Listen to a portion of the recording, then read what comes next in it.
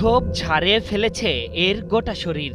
অযত্নে অবহেলায় খসে পড়ছে পলেস্টার, ইট সুরকির ফাটল থেকে বের হচ্ছে বট পাকুড়ের মতো গাছ। কয়েকশো বছর আগে এখানে বসত সালিশ, অপরাধীদের বিচার করতেন বারো ভূঁইয়াদের বংশধরেরা।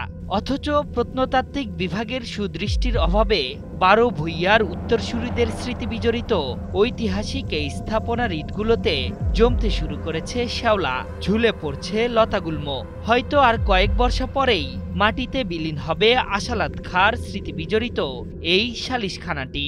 এই মূল বাড়িটা আছে না, এটা আসলে হচ্ছে মূল বাড়ি, এই জঙ্গলটা যে বিচার ওই তো কেউ তো দেখছে না, যারা দেখছে এরা কেউ বাচ্চা নেয়। মরলরা এগুলি বিচার করতো, তাদের কিছু ফিয়াদা ছিল, তাদের সহকারী এগুলি দেখাশোনা করত এবং রক্ষণাবেক্ষণ করত। মোগল শাসনামলে নির্মিত প্রায় ৫০০ বছরের পুরনো এই সালিশখানাতে একসময় বিচার কার্য সম্পাদন করতেন বারো ভূঁইয়া প্রধান ঈশা খাঁর বংশোদ্ভূত আশালাদ খাঁ। নেত্রকোনার সিংহের বাংলা থেকে ৮ পাড়ার এই স্থাপনায় গিয়ে খাজনা আদায় সহ এলাকার সালিশ বৈঠকের ভার নিতেন তিনি।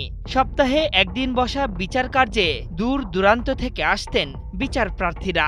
নেত্রকোনা সিংহের বাংলা থেকে আমাদের যে প্রথম পুরুষ এই বংশের আশালাদ খান, উনি প্রথম বসতি স্থাপন করেন এখানে। তো উনি বসতি স্থাপন করার পরে মোটামুটি এলাকায় শাসন করতেন উনি।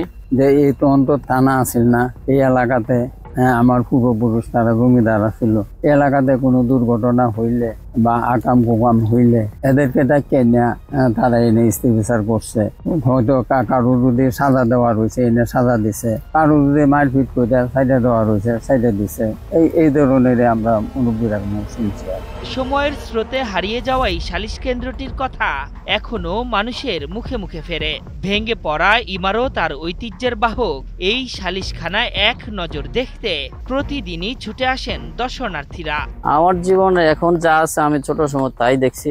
ওখানে তো এটা তো একটা বিনোদন কেন্দ্র ছাড়া কিছুই আপাতত না। এগুলো সংরক্ষণ করা ভবিষ্যৎ প্রজন্মের জন্য, আমাদের পরবর্তী যারা প্রজন্ম আসবে ওইগুলো দেখলো, জানলো, বুঝলো আসলে অতীতে কি ছিল। এটা হলো আমাদের সরকারের কাছে দাবি, ওইগুলো সংরক্ষণ করার জন্য। ৮ পাড়ায় এখন আশালাদ খাঁয়ের নবম বংশধরের বাস।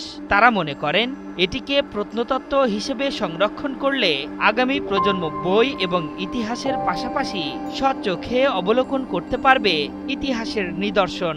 এই ভবনটায় যদি আসলে প্রত্নতাত্ত্বিক অধিদপ্তর অন্তর্ভুক্ত করা হয় এবং সরকারি ব্যবস্থাপনা এটা যদি সংরক্ষণ করা হয়, তাহলে দেখা যাবে কি আমরা আসলে ইতিহাসটা জানতে পারবো। নেত্রকোনার ইতিহাস, ঐতিহ্য ও সংস্কৃতিগুলো জেলা প্রশাসক হিসেবে ধরে রাখার চেষ্টার কথা জানিয়েছেন এই কর্মকর্তা। ইতিহাস, ঐতিহ্য, সংস্কৃতি এগুলোকে ধারণ করতে হবে এবং এগুলোকে সংরক্ষণ করতে হবে। সেজন্য আমরা সরকার সবভাবেই চেষ্টা করছি।